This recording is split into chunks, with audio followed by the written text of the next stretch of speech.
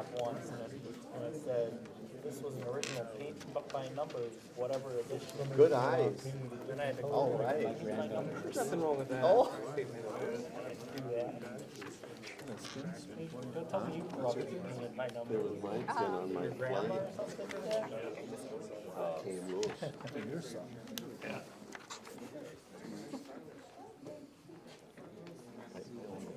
Right to give my real estate You need my heavenly voice? Yes, God. fire. So, Here. yep, good, thank you. That's it, that's it. Very good, yeah. You gotta see what Okay. happens before you put something.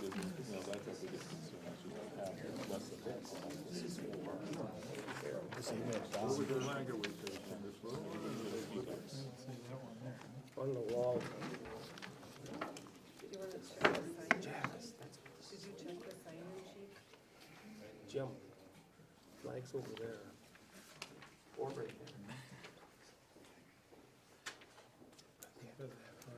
Have to see you then. This is one bigger. You have to face the bigger.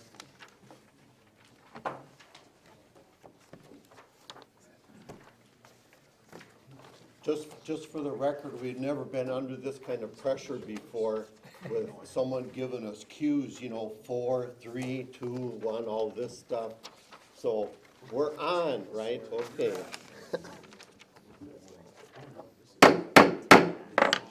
Good evening and welcome to tonight's Common Council meeting for March 10th, 2015. Clerk will call the roll, please.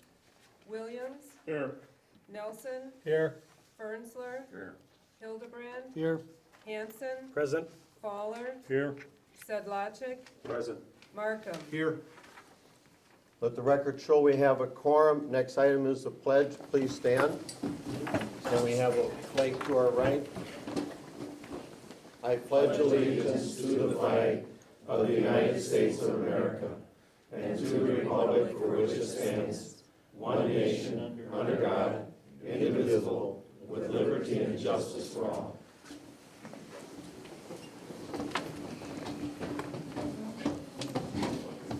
Next item on the agenda is the approval of the consent agenda. Chair will entertain a motion. So moved, Alder Markham. Second, Alder Nelson. We have a first and a second to approve the consent agenda, items A through F. Any discussion? Clerk will call the roll. Markham? Yes. Sedlacek? Yes. Fowler? Yes. Hanson? Yes. Hildebrand? Yes. Fernsler? Yes. Nelson? Yes. Williams? Yes. Motion carried, thank you. Next item is the audience portion where we ask people to sign in and be recognized. Tonight, no one has signed in, probably not because we're live tonight, so that's a good thing, so we appreciate that. But we welcome people to come down and address the council. Next item on the agenda is the oath of office. Fire Chief Dennis Fellows. Dennis, would you approach to the left, please? Would you please raise your right hand and repeat after me? I, Dennis Fellows, I, Dennis Fellows, do solemnly swear do solemnly swear that I will support the Constitution of the United States that I will support the Constitution of the United States and the Constitution of the State of Wisconsin, and the Constitution of the State of Wisconsin, and faithfully discharge the duties of Fire Chief and faithfully discharge the duties of Fire Chief of the City of Plymouth of the City of Plymouth to the best of my ability. to the best of my ability. Congratulations.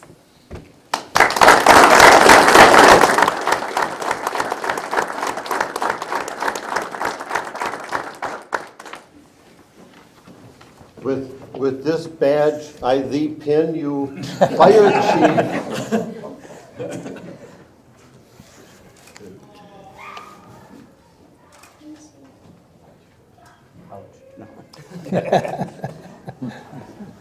Congratulations. Congratulations. Thank you. You have the floor, sir.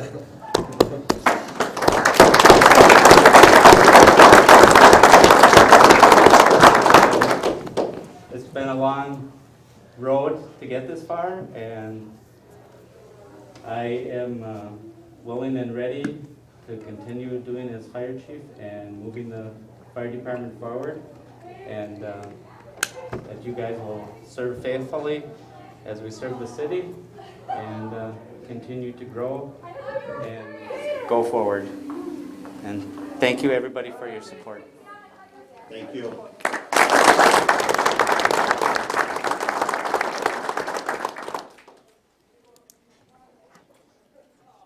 Moving on, the next item on the agenda is item 6, ordinances. Ordinance number 1, an ordinance creating section 15-1-21, certification of compliance with discharge of clear water requirements of the municipal code of the city of Plymouth. I'll ask do I see Bill? Director of Public Works, Bill Emig, to give us a brief summary on that. This ordinance helps us regulate the clear water going into the sanitary sewers to make sure sump pumps and drains that shouldn't be going into the sanitary are not. It gives the building inspector the authority to inspect the house each time it's transferred. Yes. So it's a good thing for the sanitary sewers. Are there any Okay. questions about it? Pete, did you want to add something to that? Well, that was very accurate, I guess, synopsis of what we're doing here. I'd handed out some diagrams that I'd obtained from the city of Sheboygan. And if you just turn to the last page, this would be a perfect example of a situation where people have installed a valving system where they, in the summer, can discharge out the side of their home. In the wintertime, it oftentimes will freeze, so then they'll discharge it down the floor drain. And that's something that we're going to be taking a look at for those types of installations. And then if you go to your second page, that is by design. Some of our older homes, I'm not sure too much about what was constructed in Plymouth at that time, but from my past experience, late 20s, early 30s, it really didn't matter when the clear water was commingled with the sewage. But now it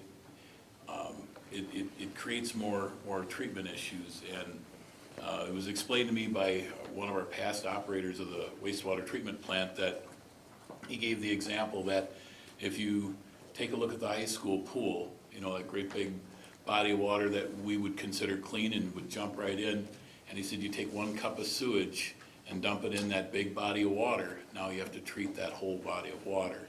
So what we're trying to do by this, we currently have an ordinance, and it's a violation of the plumbing code to discharge these types of waters into our sanitary system.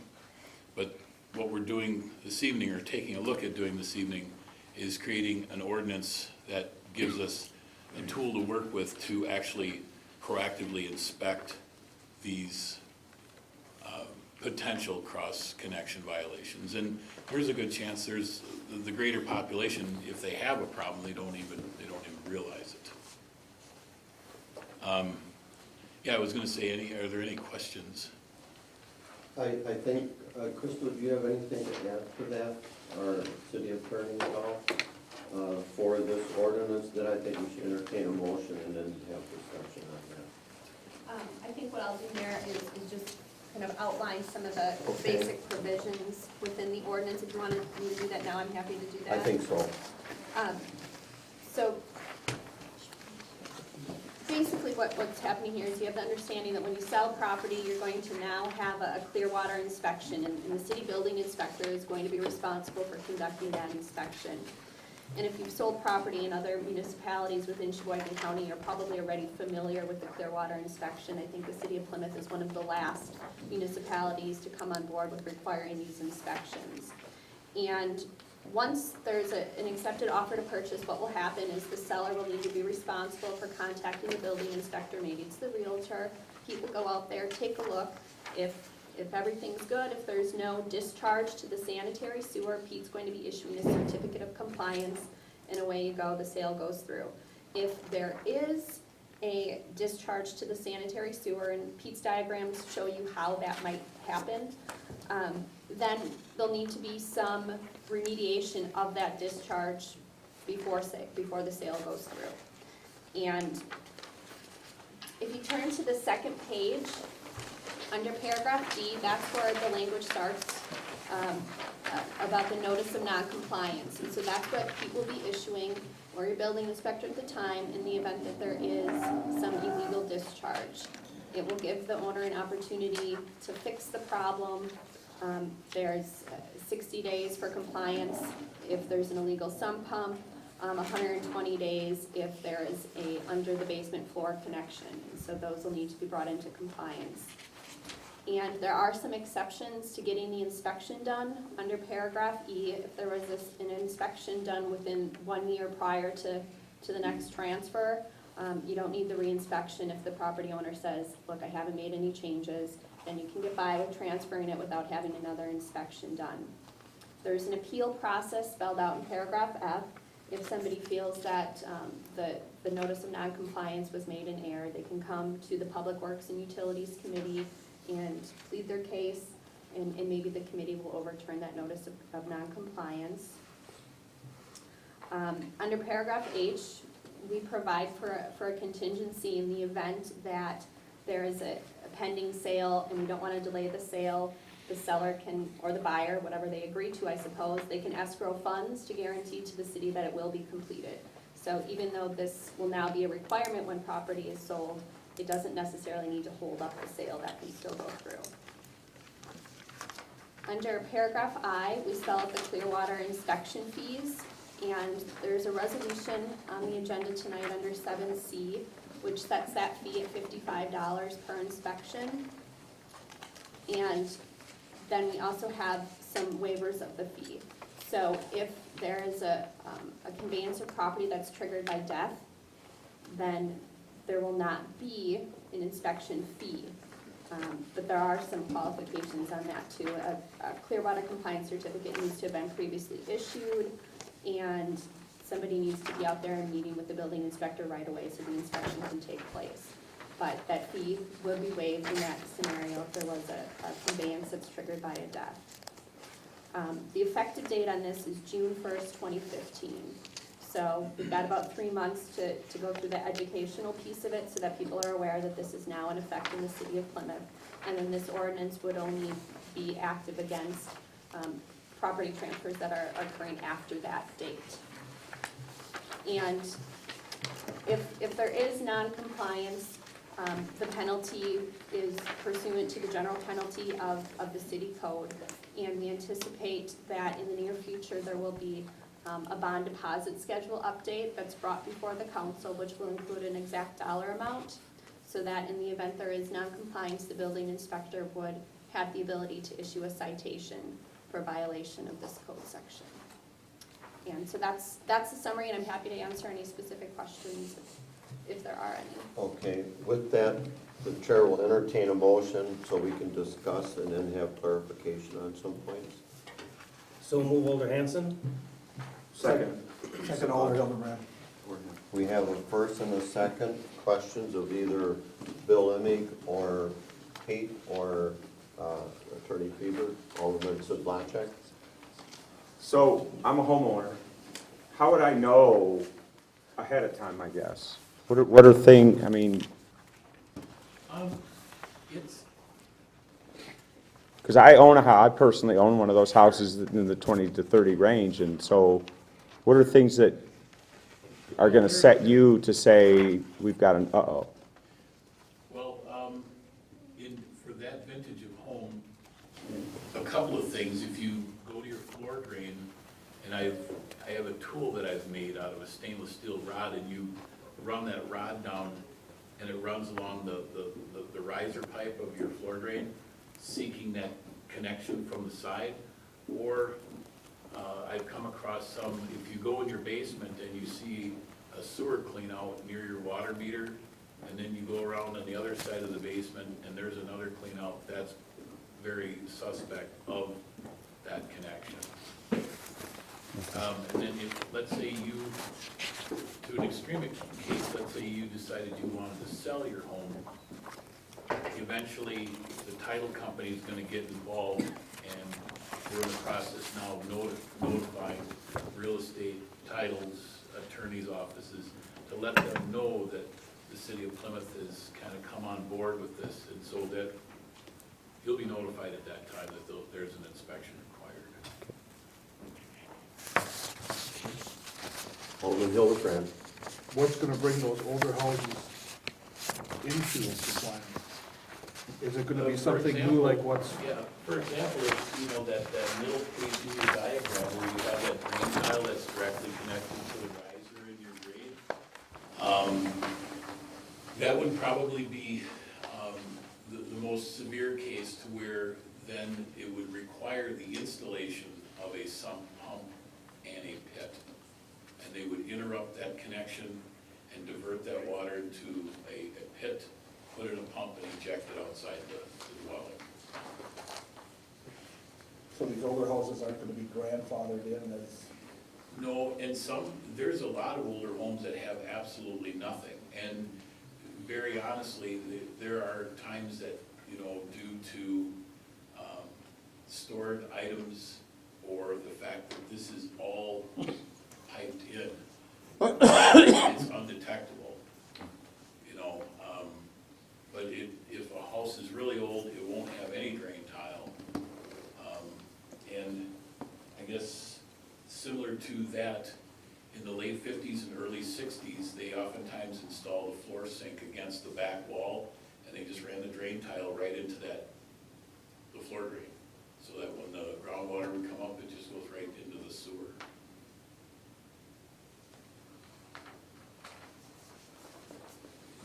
So at the sale of any property after June 1, this will be a mandatory part of the sale in the city. Yes. And is the rest of the county already on board? We're one of the last ones, you said? Or, From what I know, I do know that, like the town of Sheboygan, city of Sheboygan, town of Wilson, village of Kohler, city of Sheboygan Falls, and the village of Glen Beulah, I know for sure have this same ordinance, or similar ordinance, I should say. Alderman Sislatchek, follow And then up? what's the fine for any violation, I guess?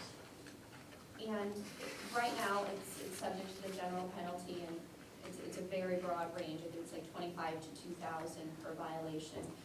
What I anticipate is that the next step is going to be in addition to the bond deposit schedule, and that's the schedule that tells Pete, as your enforcer, this is the building inspector, what amount to write on the citation.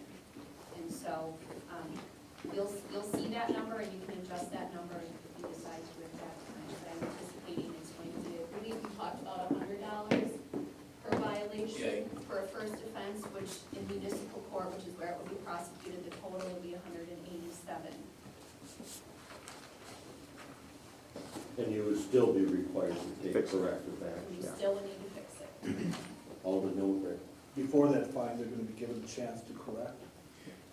Yeah, that would, boy, I haven't done a lot of these. I did quite a few in the village of Kohler, when I was working there. And you, kind of the way it plays out is I would get a notice, you know, go in and do the inspection, and let's say they have a problem that needs corrected, I'd come back and then issue a certificate of compliance upon their correction. But if they went ahead and transferred the property and never got back to us, that would be a situation where we would, well, probably give them some time, say, hey, look, you know, we're serious, this is our ordinance, you know, and then if they ignored that, then we would probably go further. We're gonna set a time limit on that? 3 Well, months, they 6 do months? have, if there is a, if they have, you know, that cross connection they've got 120 days to make that change. That's in section B.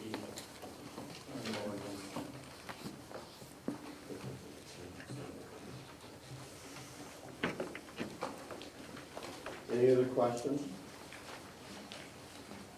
Clerk will call the roll, please. Williams, Yes. Nelson, Yes. Fernsler, Yes. Hildebrand, Yes. Hanson, Yes. Fowler, Yes. Sedlacek, Markham. Yes. Motion carried, thank you.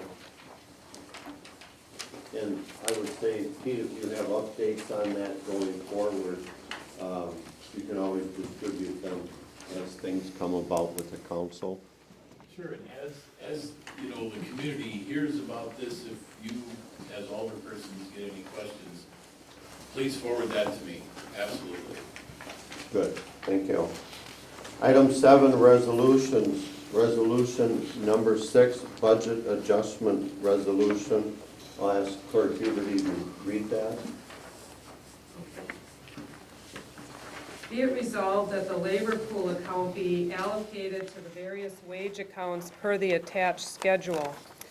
Be it resolved that the budgets for non-motorized transportation grant and bike path, bike lanes be increased by $270,000 for the grant award and project costs.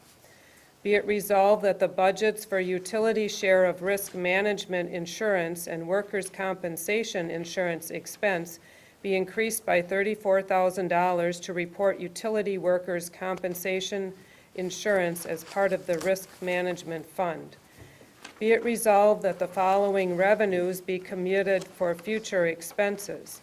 Police Honor Guard donations, $520.16. Safety Patrol fundraising, the net amount, $467.30. Fire Department donations, $6,592.39. Fire Department EMS grant, $4,785.02. Adult Community Center investment income, $147.06.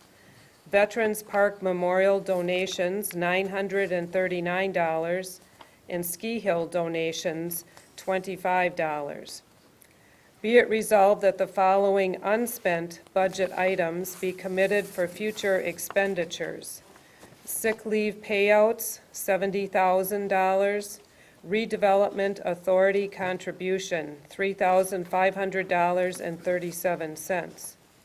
Be it resolved that the following unbudgeted expenditures be withdrawn from committed funds of the city. The police uniform allowance, $282.49. Crime prevention expenses, $970.79. Adult Community Center equipment and improvements, $6,942.15. Veterans Park Memorial capital outlay, $505.22. Be it resolved that any remaining excess expenditures for 2014 not provided for by the above be provided for through unspent budget balances or the contingent fund. Thank you. The chair will entertain, Brian, did you want to add something to that? Yeah, well, this is just, every year we do this resolution at this time of year after Paul Corson finishes up the year end. In this case, this year's resolutions is pretty straightforward. The $270,000 relates to the non-motorized grant funds from the county for projects we've undertaken. The $34,000 represents adding the workers' comp part of the risk management fund. Previously, the risk management fund was primarily the city side, but when we adopted the budget, we didn't have it complete yet, but we worked on, for January 1 last year, combining the city and the utilities workers' compensation policy into one policy rather than having two separate policies, and that saved us a little bit of money, so that's why we have that number in there. Then the next section is all donations, and then we had budgeted as part of our budget $70,000 to put aside for future sick leave liability. The 3,500 for the RDA is just unspent funds, carryover for future. And then the remaining are funds that were spent from the committed other funds from previous funds set aside for specific projects. So pretty straightforward resolution this year. Good, thank you. The chair will entertain a motion to approve item 7A, resolution number 6, budget adjustment 2014. So moved, Alder Marco.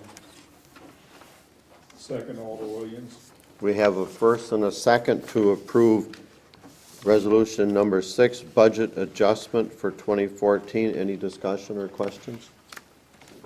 Clerk will call the roll. Markham, Yes. Sedlacek, Yes. Fowler, Yes. Hanson, Yes. Hildebrand, Yes. Fernsler, Yes. Nelson, Yes. Williams. Yes. Motion carried, thank you. Moving on, item 7B, resolution number 7, International Migratory Bird Day. Clerk Huberty, would you read that for us, please? Whereas migratory birds are some of the most beautiful and easily observed wildlife that share our communities, and whereas many citizens recognize and welcome migratory songbirds as symbolic harbingers of spring, and whereas these migrant species also play an important economic role in our community, controlling insect pests and generating millions in recreational dollars statewide, and whereas migratory birds and their habitats are declining throughout the Americas, facing a growing number of threats on their migration routes and in both their summer and winter homes, and whereas public awareness and concern are crucial components of migratory bird conservation, and whereas citizens enthusiastic about birds, informed about the threats they face, and empowered to help address those threats can directly contribute to maintaining healthy bird populations. And whereas since 1993, International Migratory Bird Day has become a primary vehicle for focusing public attention on the nearly 350 species that travel between nesting habitats in our communities and throughout North America, and their wintering grounds in South and Central America, Mexico, the Caribbean, and the southern U.S. And whereas hundreds of thousands of people will observe International Migratory Bird Day, gathering in town squares, community centers, schools, parks, nature centers, and wildlife refuges to learn about birds, take action to conserve them, and simply to have fun. And whereas while International Migratory Bird Day is held each year on the second Saturday in May, its observance is not limited to a single day, and planners are encouraged to schedule activities on the dates best suited to the presence of both migrants and celebrants. And whereas International Migratory Bird Day is not only a day to foster appreciation for wild birds and to celebrate and support migratory bird conservation, but also a call to action. Now therefore be it resolved that the City of Plymouth Common Council and Mayor Donald O. Pullman by this resolution do hereby proclaim Wednesday, May 27th, 2015 as International Migratory Bird Day in the City of Plymouth, and urge all citizens to celebrate this observance and to support efforts to protect and conserve migratory birds and their habitats in our community and the world at large. Thank you, Clerk Huberty. Chair will entertain a motion for approval of resolution number 7, 2015 as read. So moved, Alder Nelson. Second, Alderman Sedlacek. We have a first and a second. Any discussion? All in favor, say aye. Aye. Opposed? Motion carried. Thank you. Item 8 is not needed. We had no items removed from the consent agenda. I did want to take this moment to thank the school for letting us use tonight's Item C. amphitheater. I'm sorry, 7C. You missed Oh, it. I'm sorry. Little quick under the gun there. Okay. Let's do 7C first. Resolution number 8, a resolution amending the building code fee schedule for a Clearwater compliance inspection fee. Chair will entertain a motion so we can discuss. Mr. Mayor? Alderman Zlotchek. I would like to make a motion to pass resolution number 8, stating a fee of $55. Second, Alderman Markham. We have a first and a second to approve resolution number 8 of 2015, resolution amending the building code fee schedule to include a fee of $55 for Clearwater compliance inspection fee. Any discussion? Clerk will call. Alderman Nelson. I believe city of Sheboygan is $40. I don't know if you, Last night, yeah, I believe that's where they're at, yep. okay. And some communities it's no fee, but I don't think that's fair either. I guess I was just questioning, why we're at 55 and. Yeah, I wasn't aware of anybody that didn't charge anything. I know Town of Wilson just went to 40. I think they went to 40, they may have gone to 45. The City of Falls, not sure where they're at, but I think they're looking to change theirs as well. Does anybody have a suggested alternative? Just so you know, how that was determined was consistent with how we've set the other fees. The fee that Pete intends to charge is $50, and how we've set other building inspector fees is it's always been 10% above to cover any of our administrative costs. So that's how we got to the 55. So if That's a good explanation.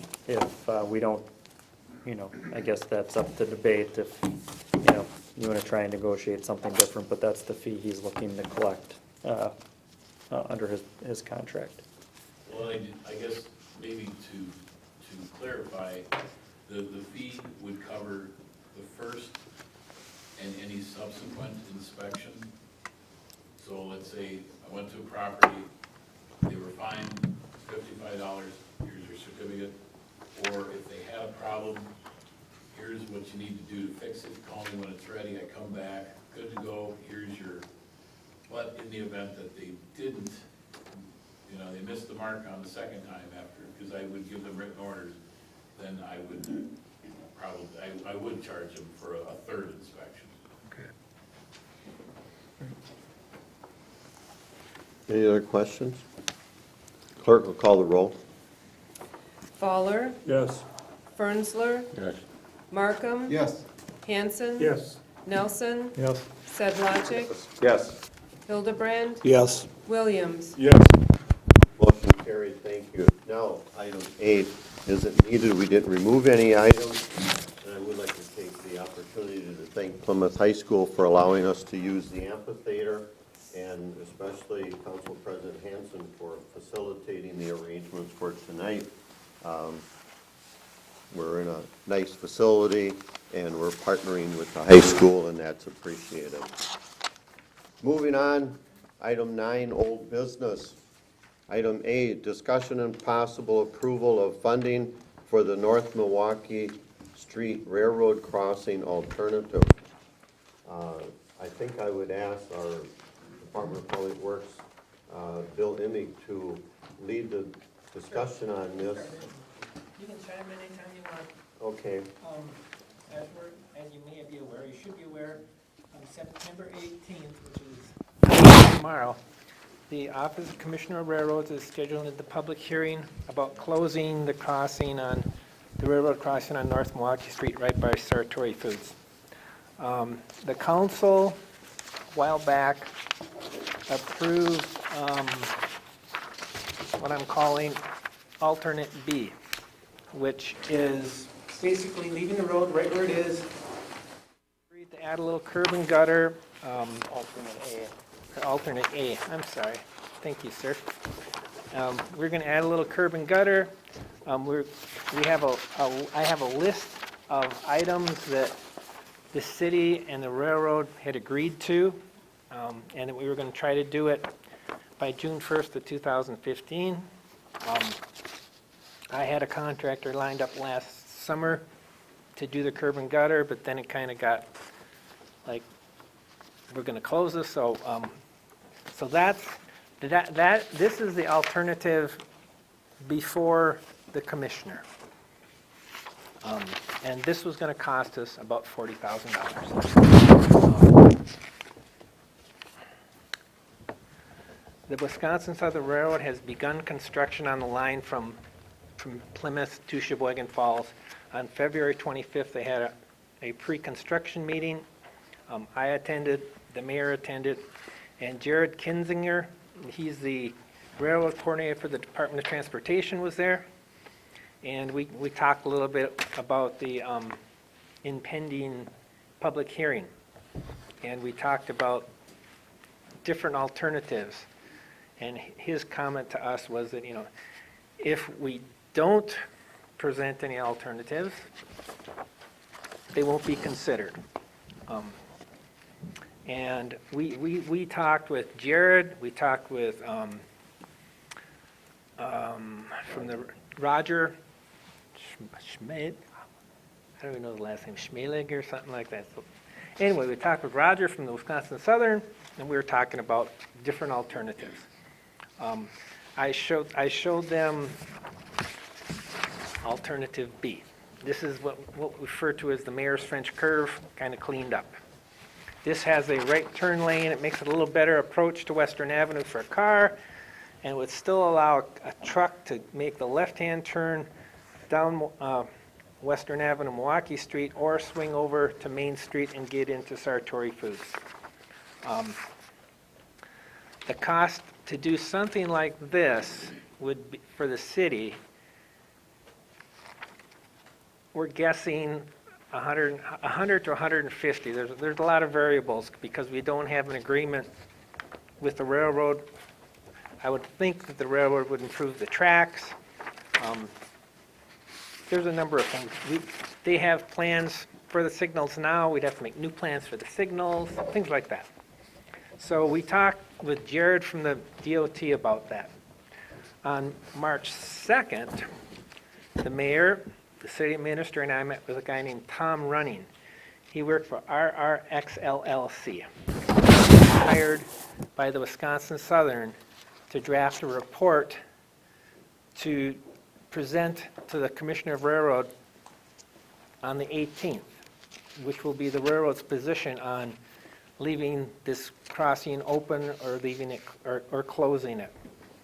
Tom used to work for the Commissioner of Railroad. He's a railroad expert, and his comments to us was that the geometry at this intersection is bad. There may not be any accidents now, but there's issues as the number of trains should increase as the years go by. The speed limit right now is 5 miles an hour. That was because of the condition of the tracks and the rails. If you remember, they rebuilt a lot of that line, and the railroad can set the speed going through Plymouth, whatever the tracks would be safe. So the speed limit could potentially go up to 25 or 30, I'm thinking. And so we showed Tom alternative B, and he thought it was a good idea. One thing I'm going to talk about, but not talk about, is we talked about Elizabeth Street and whether we keep that open or not open. It's not on the table with the public hearing, so I don't want to talk about it, but we did discuss it with everybody, just to kind of let you know. So it's out there, but on the 18th, we're going to be proposing either alternate A, which is what you've already approved, or if you want to increase our chances somewhat of keeping this intersection open, we could go with alternate B. It's going to cost another $110,000 possibly. I give you some numbers here, what the odds of it staying open either way are. I mean, I don't think it's real good, but I hope I'm wrong. So, any questions about this? Mayor? I would add to what Bill just mentioned in the conversation with Tom Running, who did the study for WSOR, that they don't look at it as what accidents had in the past happened. They look at it as what could happen in the future. That being the case, they look at the current intersection and the fact that it is not up to standards with the wigwags and the lights and everything else. That weighs a significantly greater impact on what they determined to do, because we're under maybe some incentive from the state and the federal due to Western Avenue to either upgrade it, which is alternative A, and leave it where it is. Tom was very much in favor of alternative B, which we referred to as the mayor's French curve in the past. Anytime you significantly increase the T intersection approach rather than a curve, it helps in the safety margin. And so his recommendation, I think we can say, Bill, to Wisconsin Southern, was to favor alternative B, being the cleaned up French curve.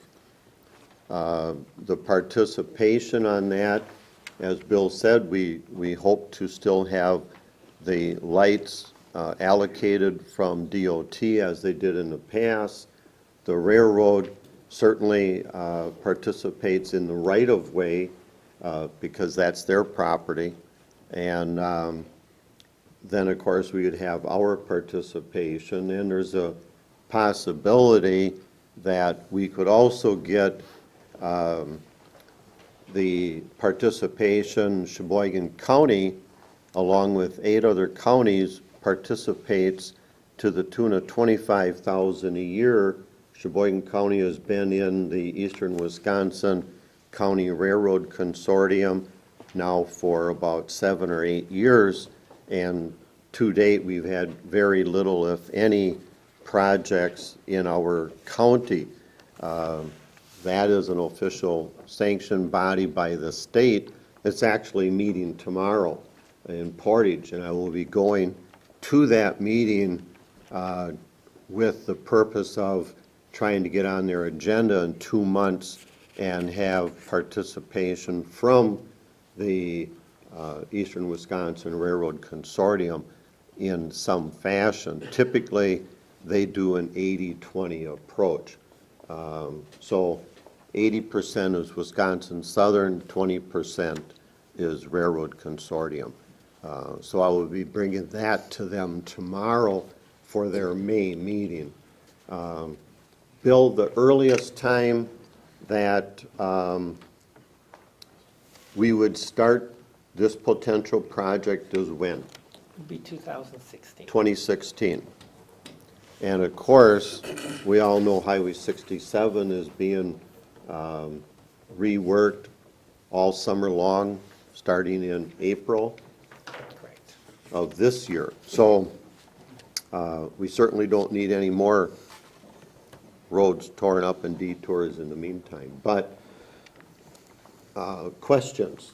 Alderman Hanson. And I move to approve up to $150,000 funding for the railroad crossing alternate, so we can have discussion. Second, Alder Markham. We have a first and a second to approve alternative B, not to exceed 150. Alderman Hanson, you made the motion. You can start off discussion, please. Well, at the prior meeting, we approved to keep it open and go to the commissioner on this and take our chances. There's 85 to 15% chance to keep it open, is what we've been told, something like that.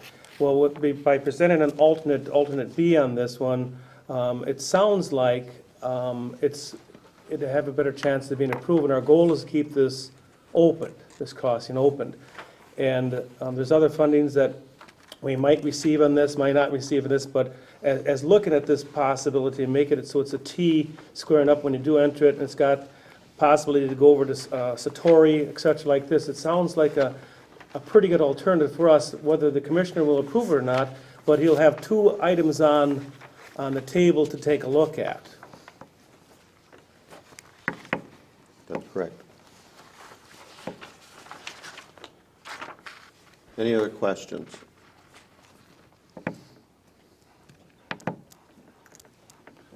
Alderman, There was some discussion of possibly delaying his decision or get a continuance on that. Is that something we need in this motion, or is that not something we need to do on that? what Alderman Hanson is referring to is, we learned from Tom Running, with his background knowledge, that we could, in the meeting on the 18th, which we certainly encourage everybody in the city to attend, not everybody in the city, but certainly interested people, businesses, the fire chief, of course, ambulance service. We've had two hearings, one before the Plan Commission, one before the city council, and they have both unanimously said to keep the crossing open. The testimony is what is given that day, and so we need people to come forward and testify at that hearing. That's what's considered, that's presented at that time. So as much as we've repeated things in the past, we have to repeat them again in order to have them consider all the evidence that there is. So at that meeting, we can ask, which Alderman Hanson is referring to, as an extension. And typically, Mr. Running said that they'll grant that. That doesn't mean that we have any answers, but it does give us some time, and certainly if we get a 2-month extension, guessing, we might know more on the cost by then, and at the same time, we might learn more from the Eastern Wisconsin Railroad Consortium on any participation at their May 13th meeting. So it gives us a little more time to sharpen a pencil, get more answers, but they will make their ruling eventually. Alderman, The money comes out of next year's budget, is that my, that would be the 16 Yeah, budget. I was gonna ask for that clarification, that it would be, you know, the council is saying as part of the 2016 budget, we're committing to fund this project. Correct. get approved? Alderman Zlotchek. Had we committed any money previously for this, or no?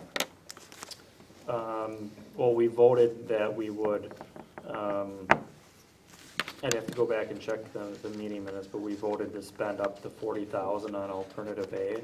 That wasn't in the was not 2015 budget? That wasn't part of the 2015 budget. I have to go back at the meeting minutes to look at. We might have said that was a contingency number. I'd have to go back to those meeting minutes. It's been a number of months. But we can now take it through the budget process. We could, yeah. Okay. And, you know, I would, you know, I just want to caution that, you know, the 100 to 150, I mean, that's just a ballpark, out of your hat guesstimate. You know, one of the things that'll have to be done is, because it's a new intersection, or, I mean, there's going to be new engineering related to the crossing signals. You know, is DOT going to pay those costs again? Probably not, so we may have to pick up some of those costs. So this is just a ballpark estimate, very loose estimate at this point. You mean it could be a lot less? Well, it could be less, it could be more. I mean, I don't know. You know, the question would be, is WSOR kicking in? Is the state kicking in? And then obviously it'd have to be bid out. Are we correct to say, Bill, that alternative A was prepared and engineered by DOT? Alternative A, if you remember, the council previously voted to send a letter to the railroad commissioner's office that says this is what we support. And that's alternative A. And that references, I think, a summer 2014 letter from DOT saying, we would commit, I think, $170,000 to upgrade the signals and the crossing work, correct? Yeah, or the DOT. would, correct. So we piggyback their Correct. alternative eight. Yes. Yeah, okay. So that's alternative A, consistent with the original plan.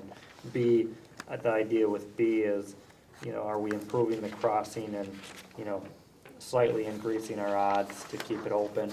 Is it worth, 100 to 150,000 to do that? And again, very clear that, the three issues or the three arguments that Tom Running is gonna make: poor geometry, poor, bad grade, poor crossing. The frequency of trains is gonna increase as we're trying to push more and more freight rail in Sheboygan County. And three, when the speed limits are only 5 miles an hour because the track is so bad. So if you improve the track, you can raise those up to, did he say 25? 25. 25 miles an hour even potentially. So those are the things that Tom Running is going to argue on the behalf of WSOR, why it should be closed. If we're able to put money toward the project to improve the intersection, that may be acceptable to WSOR, and if they came out in support of it, that may increase our odds that the commissioner rules to keep it open with this French curve design. I did receive a late afternoon call this afternoon from Ken Luck, who was aware of our meeting tonight, and he will be at the consortium in Portage tomorrow. And he did say that WSOR would support alternative B if we would. And I kind of discussed what we just discussed with him. So, any further questions? Clerk will call the roll. Sedlacek. Yes. Markham. Yes. Williams. Yes. Nelson. Yes. Fernsler. Yes. Hildebrand. Yes. Hanson. Yes. Fowler. Yes. Motion carried. Thank you. Moving on, item 9B, update, discussion, and possible action regarding the City Hall boiler. Bill, you want to start on the boiler discussion and where we are with any updates, or Administrator Yurgis? Sure, I will. I'll start, try and jump in. As we all aware, that the boiler ran out of water and cracked. The insurance company came and inspected, came up with a theory of how it might have happened. So the short of it is that we did get 3 prices to remove and replace the boiler. The low quote was from Ahern out of Fond du Lac. They do a lot of work at the treatment plant. They're very reputable. They did the biogas project for us. So we got prices to replace the boiler. But then we didn't want to just replace it without looking at, are there some alternatives can we get rid of the steam? So we brought Frederickson Engineering. They are the company that did the plans for the boiler and the water boilers 4 years ago.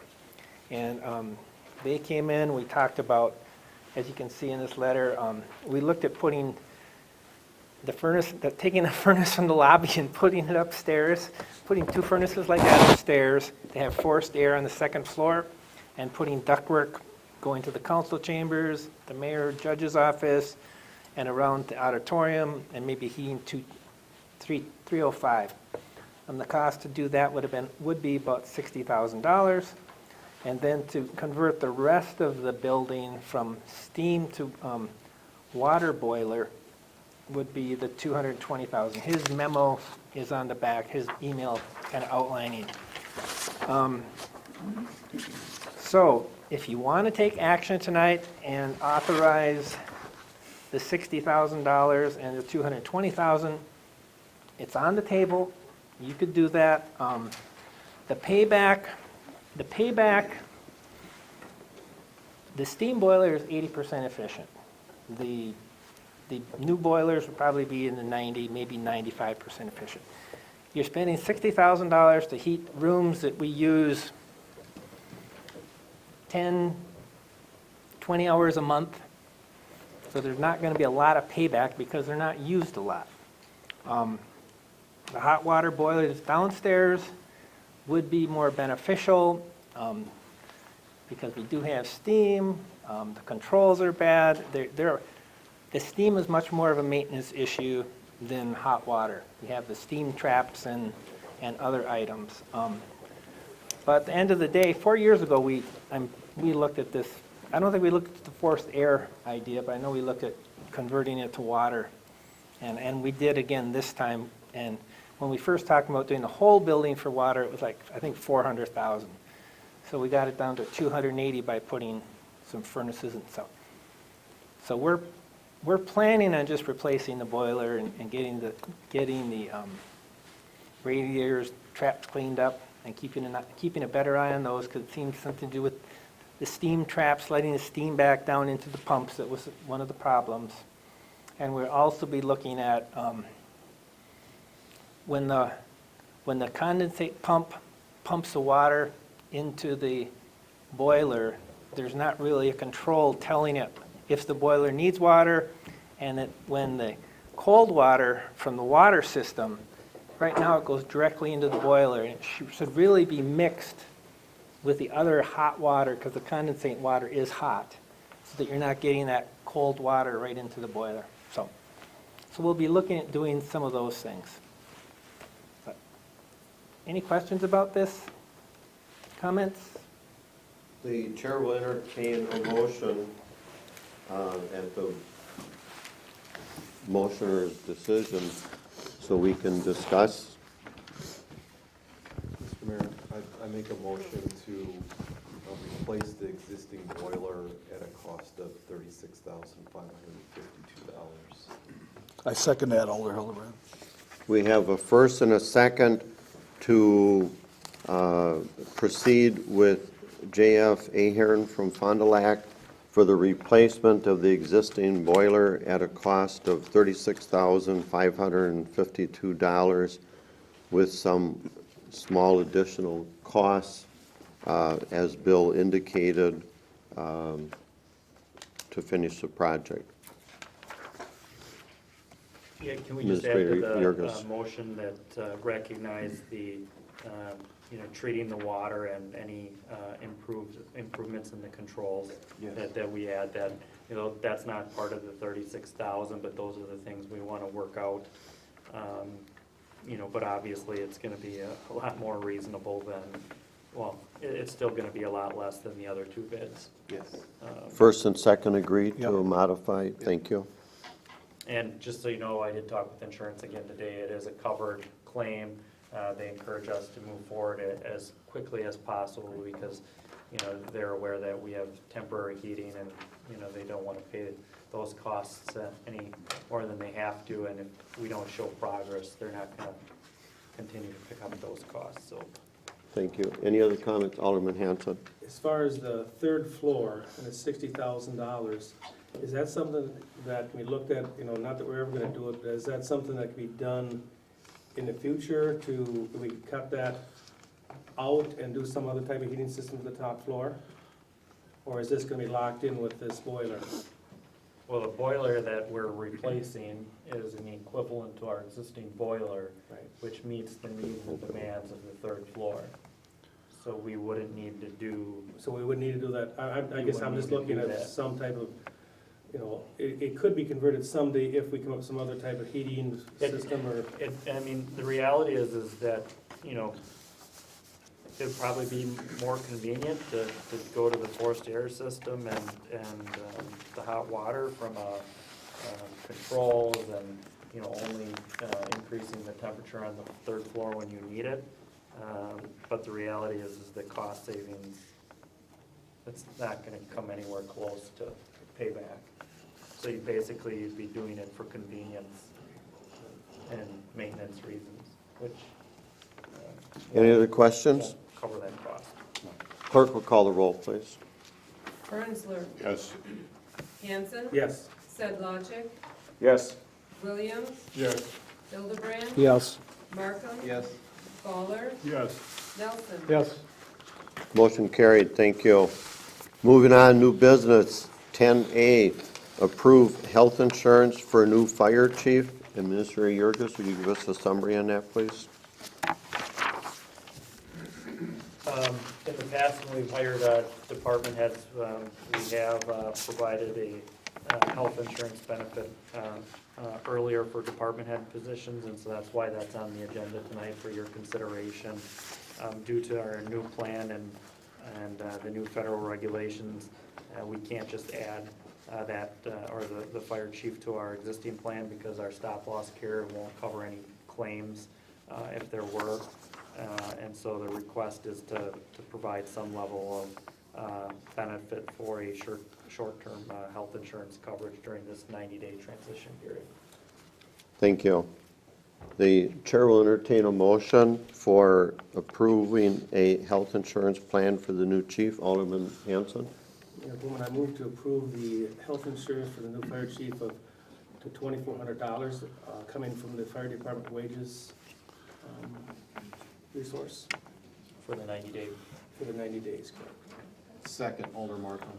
We have a first and a second to approve a health insurance package of $2,400 for 90 days for the new fire chief. Any discussion? Clerk will call the roll, please. Nelson. Yes. Hildebrand. Yes. Fowler, Yes. Markham. Yes. Fernsler, Yes. Hanson. Yes. Sedlacek. Yes. Williams. Yes. Motion carried. Thank you. Item B, consider approval of a request from Joe Bastian, Utility Finance Manager, to allow Plymouth Utilities to apply for and receive a limited number of charge credit cards. I'll ask Administrator Yurgis to give us a summary on this. Sure. Joel is here tonight if you have any questions for him. You have the memo. And this isn't an item that requires absolute decision tonight, but wanted to start off discussion with this related to the council. If the council were to consider such a plan, my recommendation would be that you limit the credit to, between, $5,000 and $10,000 for those accounts. If you decided to do it, there are a couple of ways in which the council could approve a policy like this. One, and I did research this today at the Wisconsin City County Management Association and how some other communities have dealt with this issue. But they've done it in a variety of ways. Some communities have approved a request like this in a form of a formal resolution, similar to when we approve, for instance, last year, I believe, when we, last year when we added ADM as someone where we can do business with, and the previous year Community Bank and Trust to have accounts with. We previously approved by resolution opening those accounts with those financial institutions. So that's certainly one way to do it.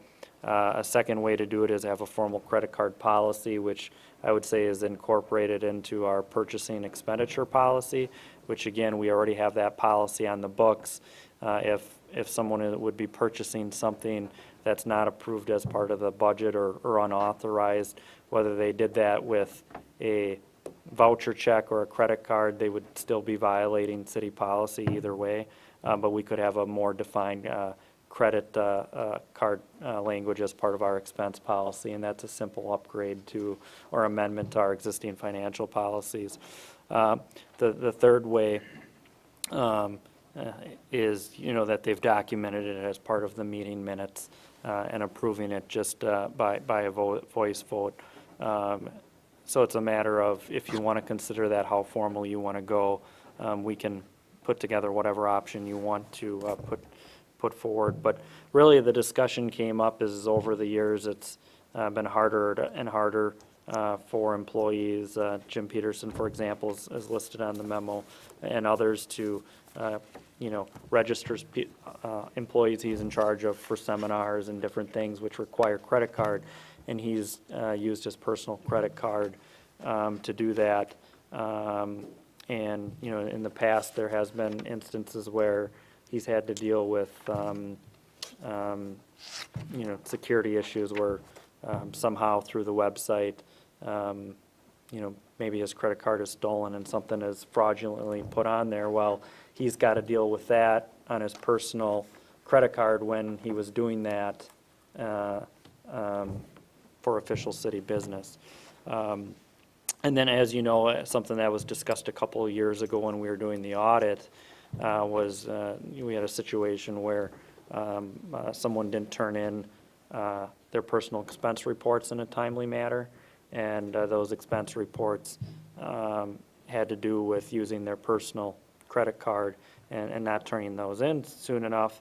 And, you know, one of the things is we didn't know that because, A, there was no statement saying that those charges were made, and you know, if all that business would have been done on an official city credit card, every month you get that statement and there would be no question what things are being charged. So, you know, that's kind of some of the discussion points. I think long-term, this is my opinion, I don't think we're ready there because we'd like to eventually work on consolidated accounting. And something I've mentioned to Joel and others at the utilities long-term, I'd like to investigate a purchasing card system and setting up vendors on that. We potentially would be cutting less checks and it potentially would be more efficient as part of the AP process. So that's something we could look at long-term. We're not to that point where we're ready to implement something like that. A good interim step would be to authorize a limited number of credit cards. Keep in mind, you know, on the utility side, our budget is 28 million. The city side, we're 7 million. So I mean, we're running a $35 million business here, $37 million business, and everything's done by check. And you know, I think there could be some efficiencies, and it is a question of fairness. Because Jim, like for example, Jim's been willing to use his personal credit card, so what people do is go to Jim or they go to myself and say, well, I don't want to be on my personal credit card, can you order this for us? And there's been situations like that. Certainly it would be limited to department head, higher level positions. And it's just a matter of whether you want to consider opening that door, or if not, that's fine, then we know what that answer is, but we can handle it in a formal resolution. We can upgrade our purchasing policy to add language about credit cards. So, is there anything you want to add to that, Joel, or? Anybody have any comments or questions that they would like some further information from Brian on? Alderman Slotchek and then Alderman Williams. Anything we would do would be that no credit card fee, and then paid off monthly, and then it would be in association with Bank First, which all of our checking accounts are with Bank First now. Alderman Slotchek. I'm just wondering if, for ease of some things anyway, quickly, if possibly approving one credit card to be used by the utilities for those certain things. I know eventually it's going to get to be where somebody's going to have a credit card when they go out of town and they use it for the hotel and so on and so forth. But at this point in time, I think we do need to have a policy set up and so forth. But would that be something Needs to be taken. I think, you know, we can get some feedback onto what you guys are thinking and, you know, craft whatever it is. If you want to do it by, like I said, resolution, by policy, if you want to, you know, set up one person at this time and look at it again in a year, or, you know, it's completely up to you guys. Alderman Williams.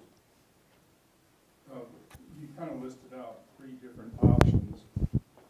The one that appeals to me is the second, whereas we come up with a credit card policy that goes into the purchasing policy.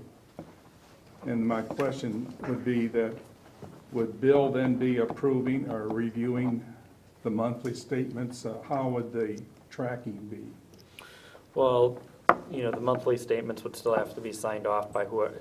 someone's name has to be on it, so it can't just say Plymouth Utilities. So Joel Bastian has to be on it, Plymouth Utilities, Brian Yurgis, Plymouth Utilities, Jim Peterson, Plymouth Utilities. So someone's name is gonna have to be on that. And so whoever's name is on it, it would just be like any other invoice or voucher where they're gonna have to sign off on that, provide the appropriate documentation, receipts, and submit it through the AP process. So really, the types of things that are purchased aren't gonna really change a whole lot, I don't think. With a credit card, purchasing card system is a whole different discussion. But with credit card, the types of things that are gonna be purchased isn't gonna change a whole lot, other than instead of people using their personal credit cards for city business and getting reimbursed, because then you're sort of, you're sort of paying twice, you're doing it with the credit card, then, reimbursing different employees, you'd be just using, the expectation is you'd be using city-issued credit cards for most situations. There could be a situation where, let's say, an electrical lineman, his training is paid for, but now he goes up to Eau Claire for a 5-day training. Well, during that 5-day period, there's gonna be incidentals, travel expenses that, we pick up as the cost of doing business. So it's not gonna capture 100% of things, but probably 90% of it. And any large And that's why dollar we're talking item. about our reimbursement policy, that So, blending it with what we already I can have. give you an example, probably in the last 3 or 4 months on the utility side, because we bought a bulk, there's a flagpole at Plymouth Utilities, so we'll buy like 6 flags at a time, because, 6 or 8, however many we ordered, I can't remember, but, that was like $200 or $300 that I put on my personal credit card for ordering flags for that. We ordered some lithium-ion batteries over Amazon that worked fine, because they were like $50 versus $80 or $90 at Battery Plus or whatever. So I put that on we needed a electronic letter opener, because we get, we got 8,000 customers at the utilities, and so they're constantly opening envelopes. That was like $250. So again, we found the best deal on Amazon.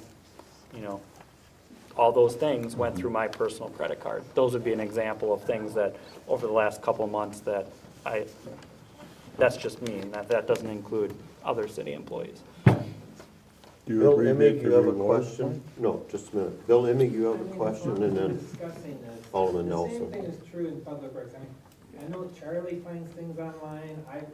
Every year I actually buy all the swimsuits for the lifeguards and get reimbursed. There's certain things that, the vendors are online and they don't wanna get a purchase order, so we give them our credit card number, it's not that we don't get them reimbursed, it has not been a problem, but I can see the potential of it, with identity fraud and a whole bit, the risk that the employee does take, that he may not need to take.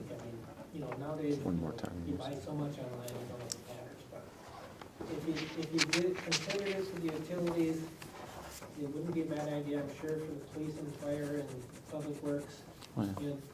There's more and more things that you're buying. I guess online is probably the easiest way to say it. There may be you may go to meetings and use your credit card too, but that's kind of little stuff compared to some of the things. Okay, Alderman Nelson? Well, it's totally unprofessional, I think, for people to be using their personal credit cards for their employment business. So I support it, but you also have to make sure that there's checks and balances, so they're appropriate charges, and that they supply an invoice at the end of the month with their credit card. Otherwise, they pay the bill if they can't produce an invoice. Alderman Fowler, do you have a comment? Well, it seems like the 5 to 10,000 seems like excessive limits in some cases. I could see where it could be for you, Brian, or department heads, but. You could, well, like Jim Peterson, Right. For example, we already authorize, he can purchase up to $100,000 of supplies.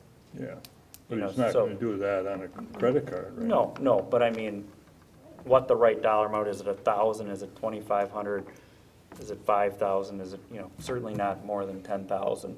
So that's why I said 5,000, 10,000. I mean, you could set it up so that each account has, you could set it up, this person has 2,500, this person has 5,000, this person has 2,000. I'm guessing the lowest is maybe 2,000, I don't know, or 1,000, I guess it depends. Yeah, depending on what the person buys. Correct, normally. yeah, Right, yeah.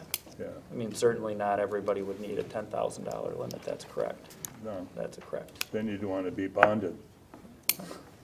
Well, and we do have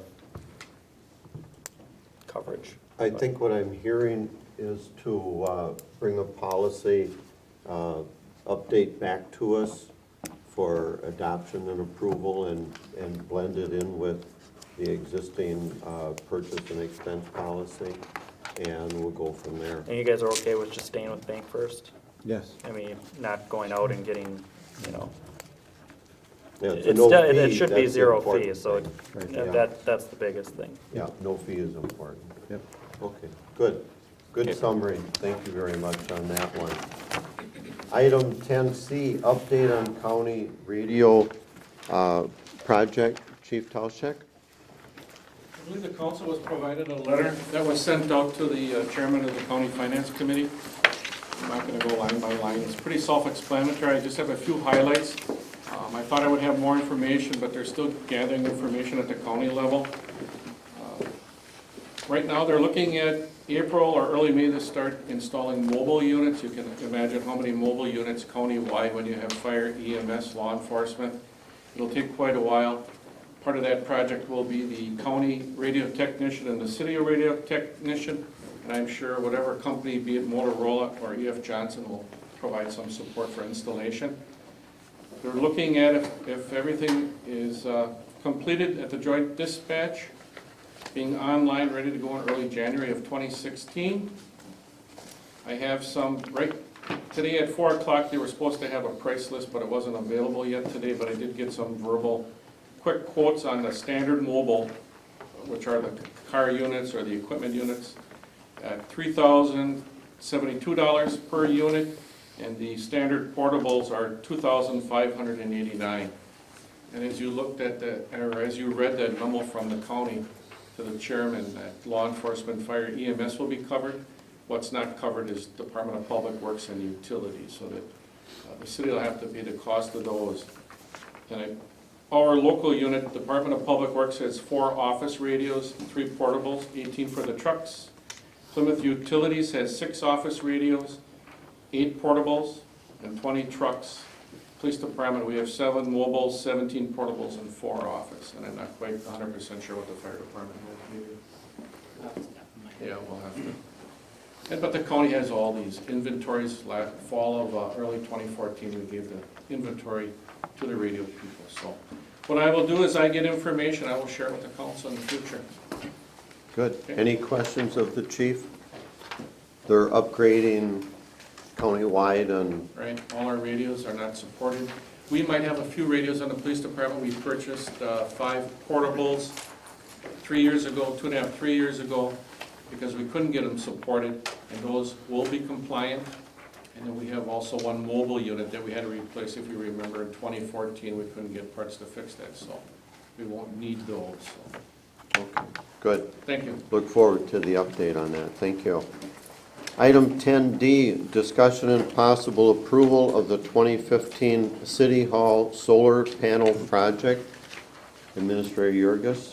Sure, in your council packets, you have a number of things. One is a cover memo, and then a second piece Is the formal grant award from WPPI dated March 2nd, and then Arc Electric, their proposal for a solar panel system is also attached to it. But in late, the history on this is in late December, right around Christmas time, WPPI released an RFP process to provide grants toward solar projects. It was late in the year, and we did, as part of our capital improvement fund, we set aside about $70,000 toward future initiatives unallocated.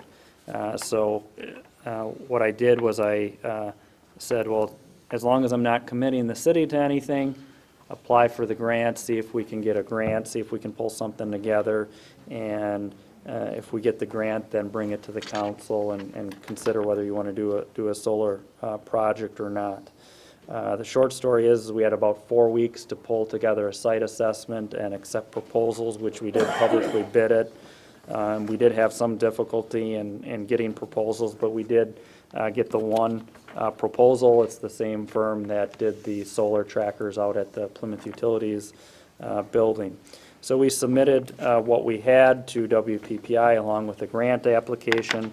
They reviewed it and then subsequently approved our project for $25,000. There's 2 rounds in 2015 here of this funding. From my perspective, I looked at it and said, it's Christmas time. How quickly our nonprofits in their 52 communities are going to be able to pull something together and get a proposal in by the end of January. So I thought our odds would be better if we pulled something together in that first round, which we ended up getting that award. We would also qualify for a $2,400 Focus on Energy grant. So total grant funding is $27,400. The total project is just underneath $62,000. The other thing which, really I need to applaud, is Chris here? Chris and Ed, I can't thank them enough for bringing this issue to our attention, is when they were looking at our building and our electrical system and putting together their proposal, they said, can you get the as-built? And so we got the as-built to them, and they said, something just does not look right with your electrical system. You got 2 meters, but it looks like, according to the drawings, you're paying for part of your electricity twice. And the short story is when we did this is going back a number of years, back in 2007 and 8, when we did the fire station addition, there was a new transformer that was put in, and there's kind of a one service for the electrical service. But during construction, and also because we needed to keep power to the rest of City Hall, there was a second meter, and that second meter was essentially supposed to be pulled after the project was completed. And so if you can think, we have one pipe going in with a meter, and then another part in the older part of the building, there's another meter. Well, the meter readers don't know how each building is set up in terms of what each building's electrical system is. They just read the meters as long as the meters are there. And somehow between the contractor, the electrician at the time, and communication with the utilities, that second meter was never pulled. So basically, on this old part of City Hall, we were paying twice for our electricity.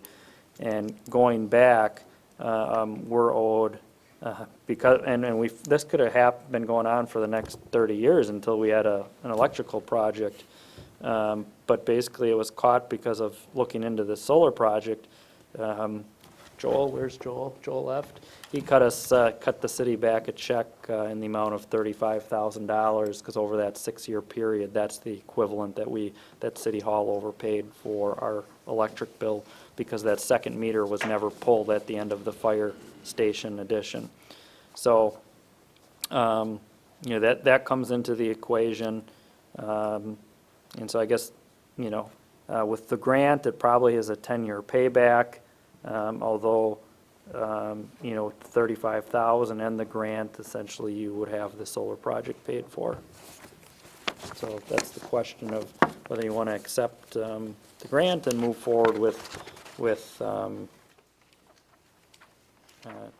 doing this solar project at City Hall. The chair will entertain a motion so we can discuss. I'll move that we support this project. Second, Alder Williams. We have a first and a second to approve the 2015 City Hall Solar Panel Project in the amount of $61,914, contingent upon Plan Commission approval. Do we want to make it contingent on the Focus on Energy and WPPI incentives? Both are pretty, well, WPPI has already been awarded, and the $2,400 is a two-page form, and Okay. pretty we- much it's a guarantee. Okay, we don't have to say that then. Okay. Correct. But Plan Commission does have, they do have to approve it, and it would be similar to what the doctor's office put on Right, late last year, and the Plan Commission approved that. okay. Discussion? Alderman Nelson? Have you seen schematics of the setup? I guess the question is, would there be possibility to expand it to more panels or anything like that? We could look at that in the future. I mean, one of the things I'd like to see is how it performs, and, you know, see what makes sense, and we can look at that as an option to expand it.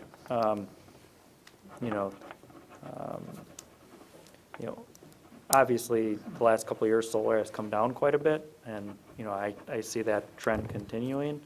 I think for the city, we've kind of been proactive in trying to find ways where we can, make our buildings and stuff more efficient. And, the question is the allocation of capital. We're in the first year of a LED street lighting project, which is going to be a multi-year effort. And so in the future, the question would be is, where do we want to allocate funds to? Alderman Hanson? So what this does is it generates energy and it cuts our electrical bill down. It'll offset part of the not a part of the building's usage, correct? Any other We're still, questions? it's not big, we'll still be pulling from the grid. Alderman Fowler? How was the payback calculated, at what rate?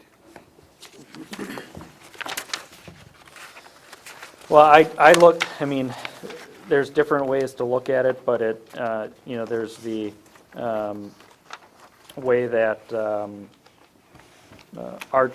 ARC looked at it, and that's in the packet. That's that 11.5% or 11.5 cent rate plus 6% annually. So, their payback does look really good. What I did was I just did a ballpark estimate, looked at what our utility bill was for the city, and then looked at kind of how many kilowatts we're using annually and what our electric bill is. And then moving forward, knowing that we're going to see a little bit of an increase with the next rate case. Mine's a ballpark estimate, 8 to 10 years based on our existing bill. But if you look at ARC's model, that's on page, is there a page number? Look at the 10 years there, I mean, they're going all the way up to 19.4 cents. Yeah, I don't see, I didn't look at it like that. I don't see that But if you going that look high. at what we did with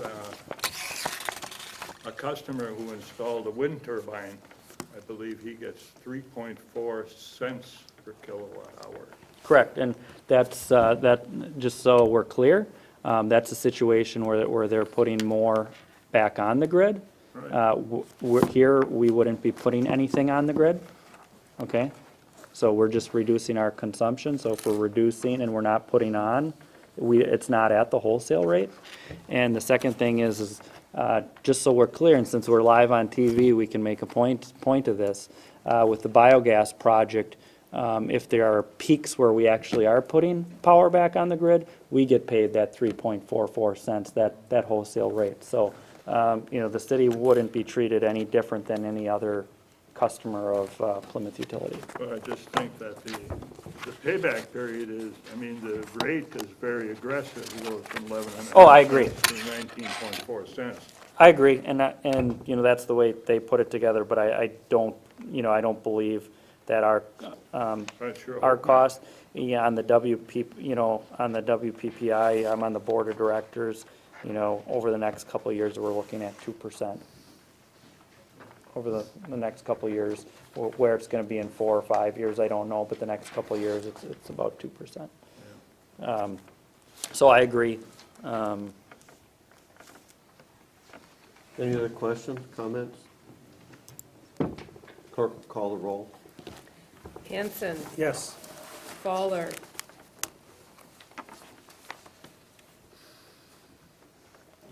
Yes. Sedlacek, Yes. Markham, Yes. Williams, Yes. Nelson, Yes. Fernsler, Yes.